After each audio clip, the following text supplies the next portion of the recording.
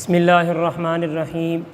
نحمدہ ونصلی ونسلم علی رسولہ الکریم اما بعد فاعوذ باللہ من الشیطان الرجیم بسم اللہ الرحمن الرحیم یا ایہا الذین آمنوا کتب علیکم الصیام کما کتب علی الذین من قبلکم لعلکم تتقون صدق اللہ العظیم۔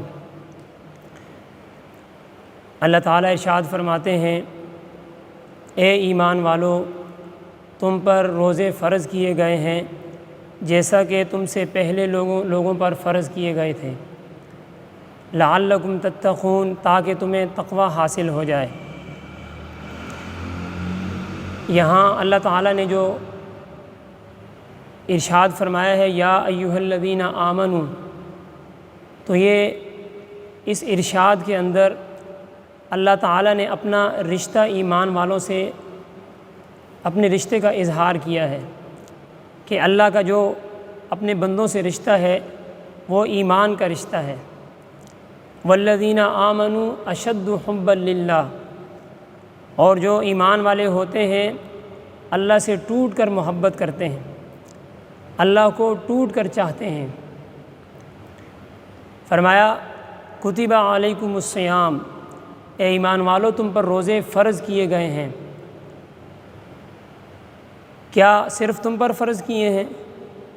نہیں، کما کتب علی الذین من قبلکم،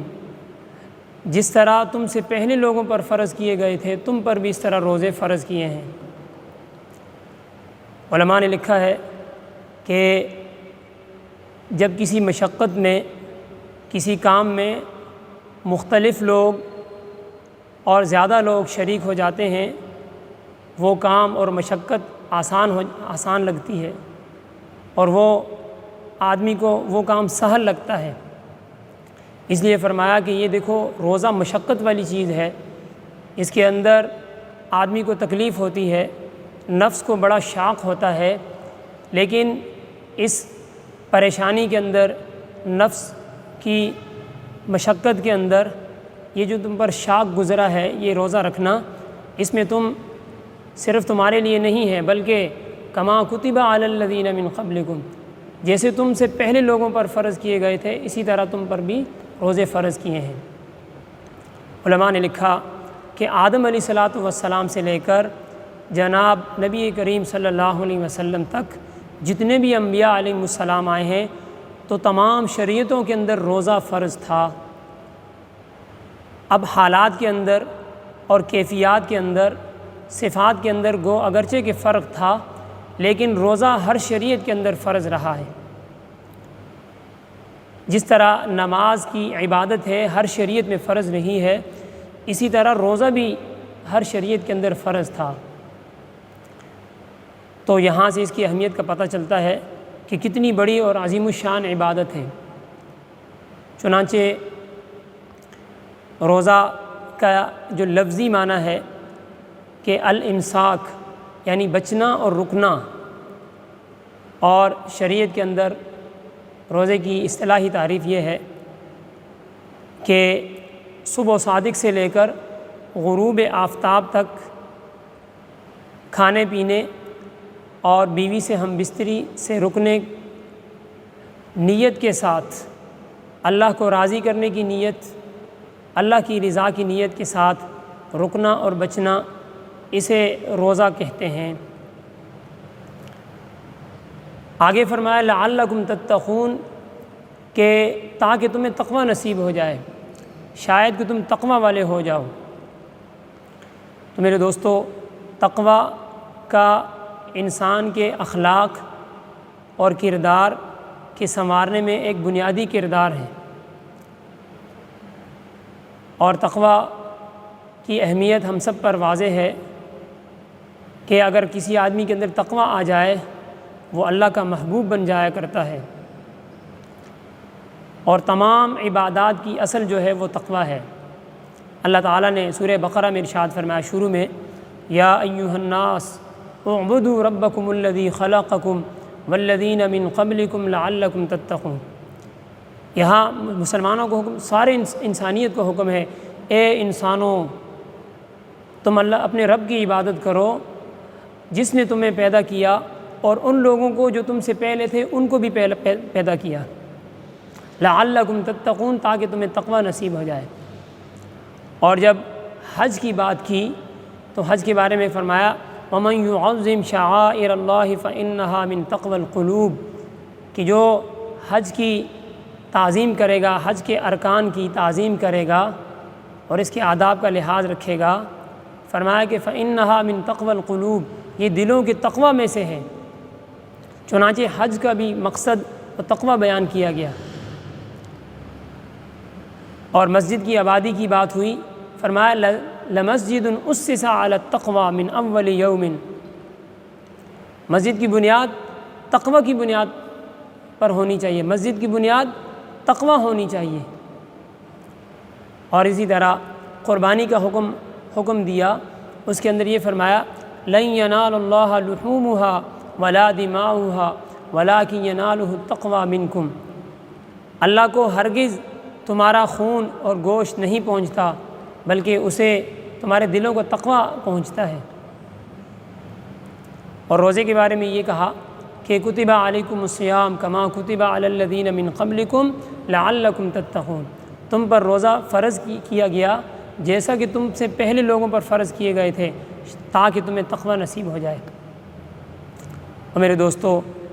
یہ اعلان جب ہوتا ہے، اور یہ اعلان کون کرتا ہے؟ یہ اعلان ایک ایسا آدمی کرتا ہے جسے امی کہتے ہیں لوگ،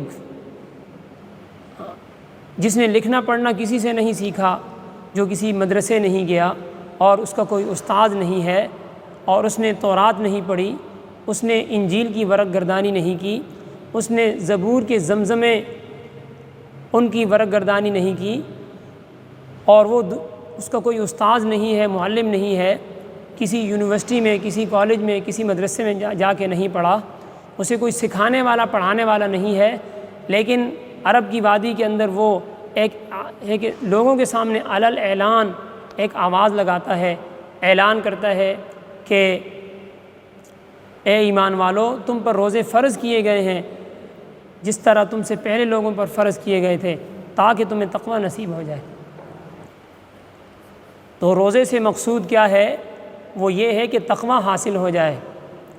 اور تقوی کسے کہتے ہیں؟ کہ ظاہری و باطنی، صغیرہ کبیرہ تمام گناہوں سے بچنے کا نام یہ تقوی ہے۔ اور میرے دوستو، تقوی کا تعلق جو ہے وہ دل سے ہے، ظاہر سے نہیں، باطن سے ہے،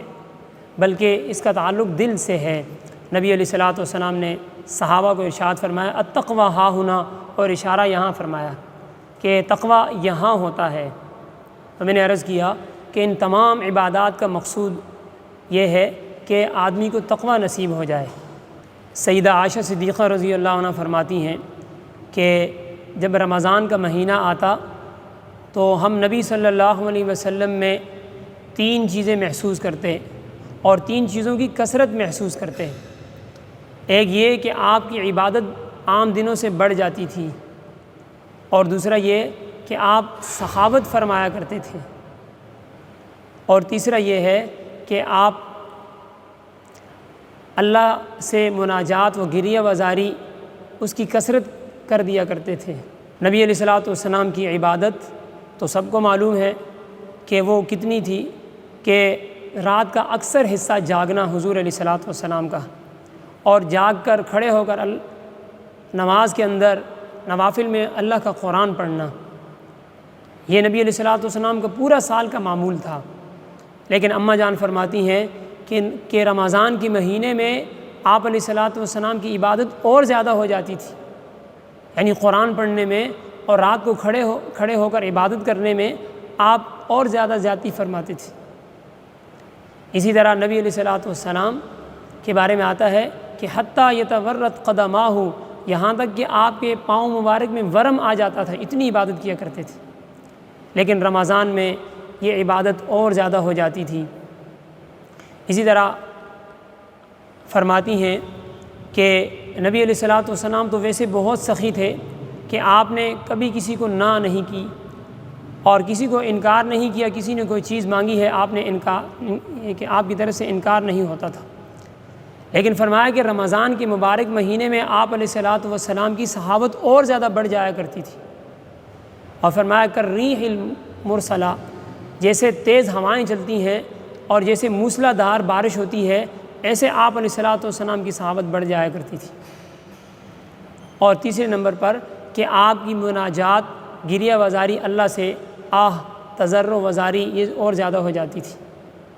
آپ علیہ الصلاۃ والسلام تو ویسے بھی اللہ سے مناجات کیا کرتے تھے، لیکن رمضان کے مبارک مہینے میں اس چیز کے اندر کثرت ہو جاتی تھی۔ صحابہ فرماتے ہیں ہمیں یہ کہ محسوس ہوتا کہ آپ علیہ الصلاۃ والسلام کی مناجات اور زیادہ بڑھ گئی ہیں۔ اس لیے میرے دوستو، میرے اور آپ کے لیے کیا پیغام ہے کہ ہم بھی اللہ کی ایسی عبادت کریں اور اس مبارک مہینے کو ایسے استعمال کریں جیسے اس کے استعمال کرنے کا حق ہے، اور اس کو صرف گزارے نہیں بلکہ اسے قیمتی بنانے کی کوشش کریں۔ ہم نے بہت زیادہ آرام کیا اور ہم بہت زیادہ سوتے رہے اور ہم بہت زیادہ دنیا کے کام میں مشغول رہے۔ اس ایک مہینے کے اندر ہم کوشش کریں، اپنے آپ کو آمادہ کریں اس بات پر کہ ہم نے اس مہینے میں زیادہ نہیں سونا،